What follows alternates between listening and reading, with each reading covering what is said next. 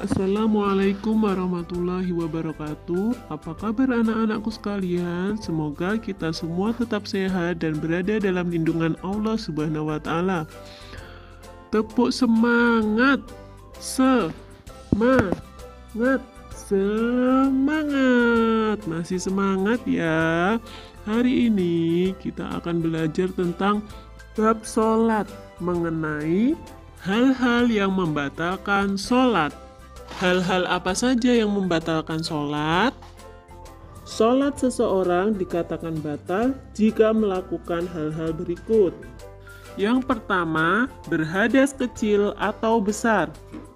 Berhadas kecil contohnya apabila anak-anak buang air kecil, buang air besar, buang angin, itu termasuk berhadas kecil atau berhadas besar.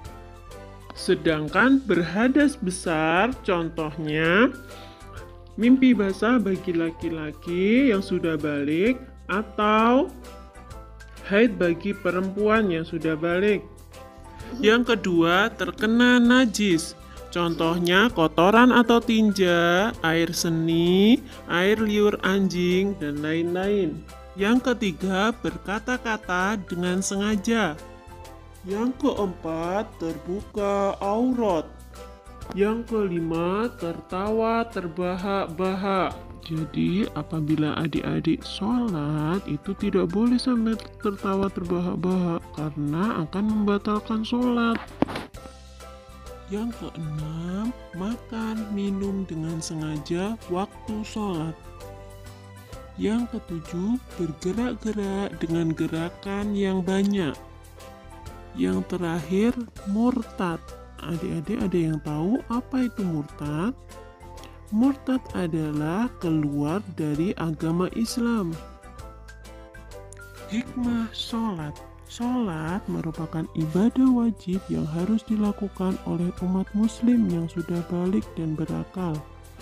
Banyak keutamaan yang diperoleh setiap orang yang menjalankan ibadah sholat. Sholat bukan hanya melakukan rutinitas semata, namun sholat jika dilaksanakan dengan benar dan khusyuk akan mendatangkan ketenangan hati dan keselamatan dalam hidup di dunia maupun di akhirat nanti. Sholat akan memberikan hikmah yang bermanfaat jika dilaksanakan dengan sempurna, memenuhi syarat, rukun, khusyuk, dan ikhlas karena Allah Subhanahu wa taala. Hikmah sholat diantaranya sebagai berikut. Yang pertama, selalu mengingat Allah Subhanahu wa taala. Jadi dengan anak-anak melaksanakan sholat, tentunya itu menjadi bukti bahwasanya anak-anak ingat kepada Allah Subhanahu wa taala. Yang kedua, mendekatkan diri kepada Allah Subhanahu wa taala. Yang ketiga, disiplin waktu. Jadi dengan anak-anak melakukan sholat, itu akan melatih anak-anak menjadi hidup yang disiplin. Karena di dalam sholat ada waktu-waktu tertentu yang harus anak-anak lakukan atau laksanakan. Yang keempat, hidup bersih. Jadi dengan anak-anak melakukan sholat, itu akan menjadikan anak-anak hidup bersih.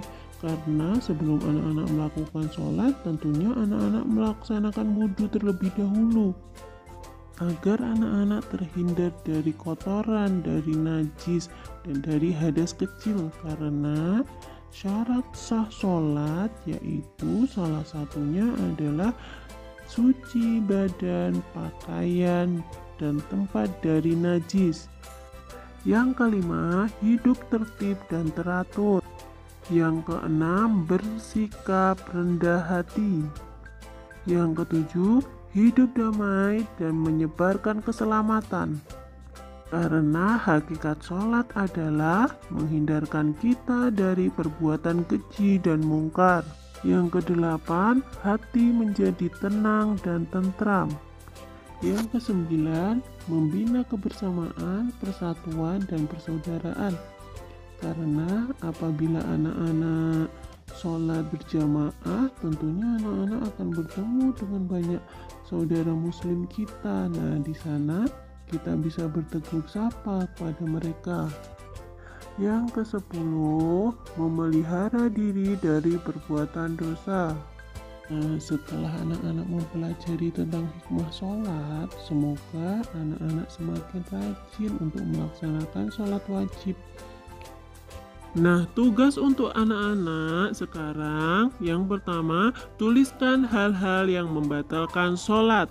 Yang kedua, tuliskan hikmah sholat. Anak-anak tulis di buku tulis, jangan lupa diberi tanggal. Sampai di sini video pembelajaran kali ini. Bapak akhiri, wabillahi taufiq wal hidayah. Wassalamualaikum warahmatullahi wabarakatuh.